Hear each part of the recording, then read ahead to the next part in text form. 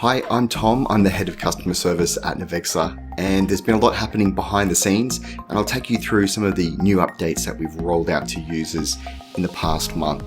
The first one is the search function. So it's always been there, but it's not really been used properly. So now you can go up to the top right, magnifying glass, and click that, and you can search for portfolios and holdings. So the other way to get to this is just Command and K if you're on the Mac, or Control K if you're on a PC.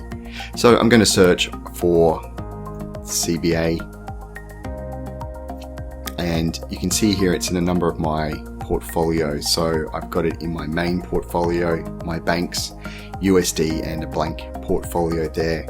If I click on any one of them, like this one, it'll take me straight to that holding, and it'll be straight inside the actual portfolio I need.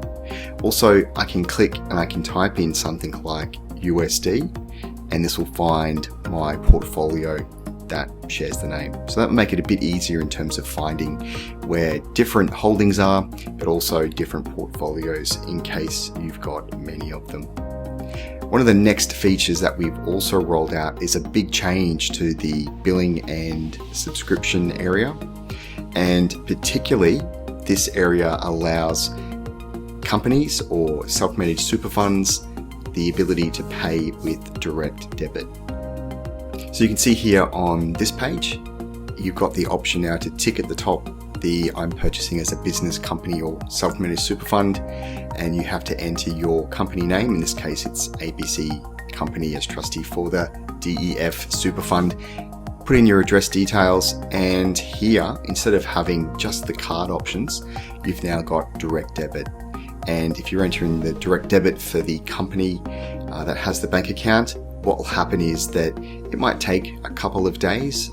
You'll still keep your access in the meantime, but it'll go ahead and direct debit the actual subscription fee for Navexa. So that makes it much easier now for companies or for self-managed super funds, for instance, that may not have or are allowed to have credit cards or any kind of debit card system. One of the other big changes we've made this month is to do around our integrations, and one of the biggest brokers that we connect with is Interactive Brokers, IBKR, and we often get a lot of questions about how to do that efficiently. You can now attach the master accounts, and they actually are set up differently with Interactive Brokers, but now you can have that rolled out so that you can select and then link multiple accounts or child accounts underneath that to different portfolios. The other thing, if you go up to settings and then integrations, and what we've done is we've given much more feedback when it comes to why something hasn't worked. So for example, I've got the Interactive Brokers here, and it's clearly not worked because the FTP authentication's failed. And if I were to click on my logs here, you can see it's had a fair go at trying to get that working, but it hasn't. That's information that you could use to try and take the next step, or contact us if you need more support.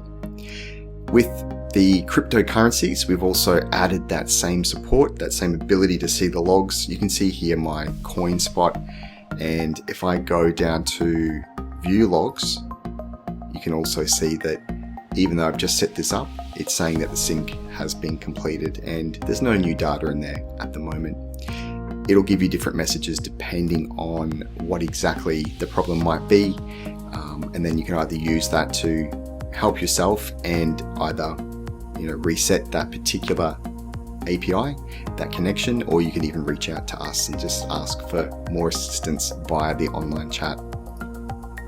Staying on the topic of API, we've made it much easier now to request access to Navexa's API, and that allows sophisticated users who know how to use the APIs to connect Navexa and the data they've got inside there into other platforms or other use cases.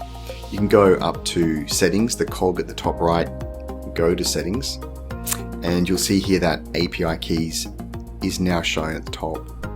To get access, just click the request access button, and during business hours, we'll set that up for you and let you know how to use it. There's also a Discord channel that's set up there and API documentation, and that will give you full access to all of that once your API key has been set up. The other recent feature we've rolled out is the notifications for when dividends are received, and that allows you to get alerted whenever a dividend's being paid into your account, as long as you've got it properly set up in your mobile phone app. So it's been a very big month in terms of changes that we've rolled out, those that you may have not have seen that happen behind the scenes, but also ones that improve the experience for you. And we're always on the lookout to try and improve the experience.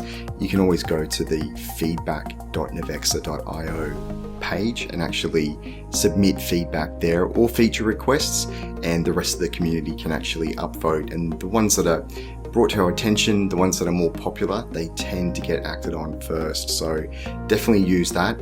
Always, of course, there's the chat feature at the bottom right, and you can always click on that and one of us will help, whether it's the AI first to try and answer your question very quickly, or myself or Navar.